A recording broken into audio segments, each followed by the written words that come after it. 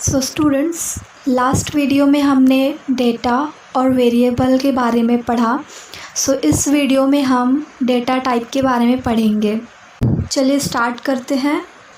Data type, जैसे computer में हमने कोई डेटा स्टोर किया तो वो किसी ना किसी फॉर्मेट में तो होगा, या तो वो कैरेक्टर फॉर्म में होगा या टेक्स्ट फॉर्म में होगा, किसी भी फॉर्म में।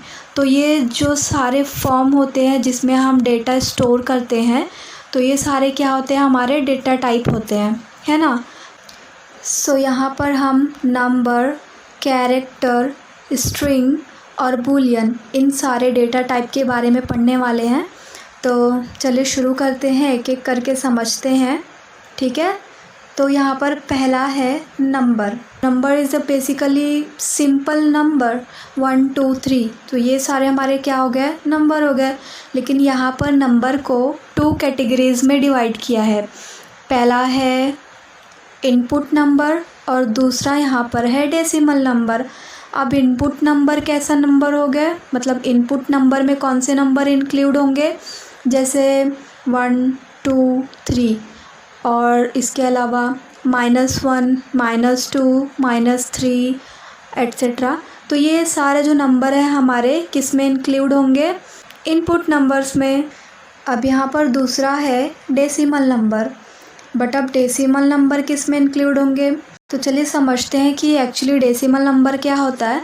तो डेसिमल नंबर मतलब ऐसा नंबर जिसमें पॉइंट हो। डेसिमल नंबर मतलब जैसे हो गया 9.2, 0.1, 1.1।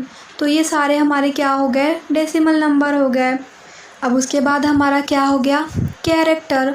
कैरेक्टर मतलब इंग्लिश के जितने भी अल्फ़ाबेट हो गए तो वो हमारे क्या हो गए, सभी कैरेक्टर हो गए, जैसे A B C, ठीक है। तो ये सारे हमारे कैरेक्टर्स हो गए। A से लेकर Z तक जितने भी अल्फ़ाबेट हैं ये सब कैरेक्टर में इंक्लूड होंगे, है ना। इसके अलावा जैसे बहुत सारे सिम्बल्स हम यूज़ करते हैं, जैसे semicolon, colon, comma, inverted comma, है ना। तो ये सारे सिम्बल्स भी किस में आ गए, कैरेक्टर में, ठीक है। तो ये सब जो थे स्पेशल सिंबल थे, तो ये सारे भी हमारे कैरेक्टर में इंक्लूड होंगे, ठीक है। तो चलिए अब आगे बढ़ते हैं। स्ट्रिंग। स्ट्रिंग हमारा ग्रुप ऑफ कैरेक्टर हो गया, मतलब एक वर्ड ना होते हुए ये ग्रुप ऑफ कैरेक्टर हो गया। जैसे हमने कैरेक्टर में A B इस तरह पढ़ा हुआ था, तो वैसे में जैसे कोई नाम हो गया, कोई प्लेस हो गया, तो ये सारी चीज़ें कैसे होंगी, तो ये सारी चीज़ें किस में इंक्लूड होंगी, कैरेक्टर में। अब अरे। अरे is also collection of character but in sequence manner. That means कि कोई डेटा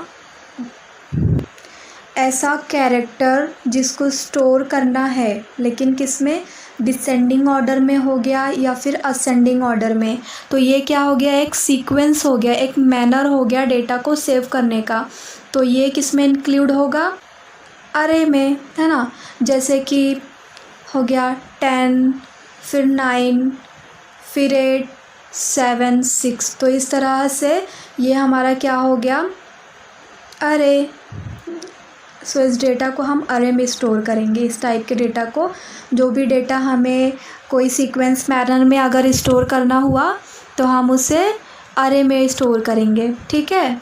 अब नेक्स्ट है यहाँ पर बूलियन। अब बूलियन जो है वो बहुत ही सिंपल है। जैसे कि हमारा एक सेंटेंस हो गया, कोई भी वैल्यू हो गई, या तो वो वैल्यू ट्रू होगी या तो फॉल्स होगी।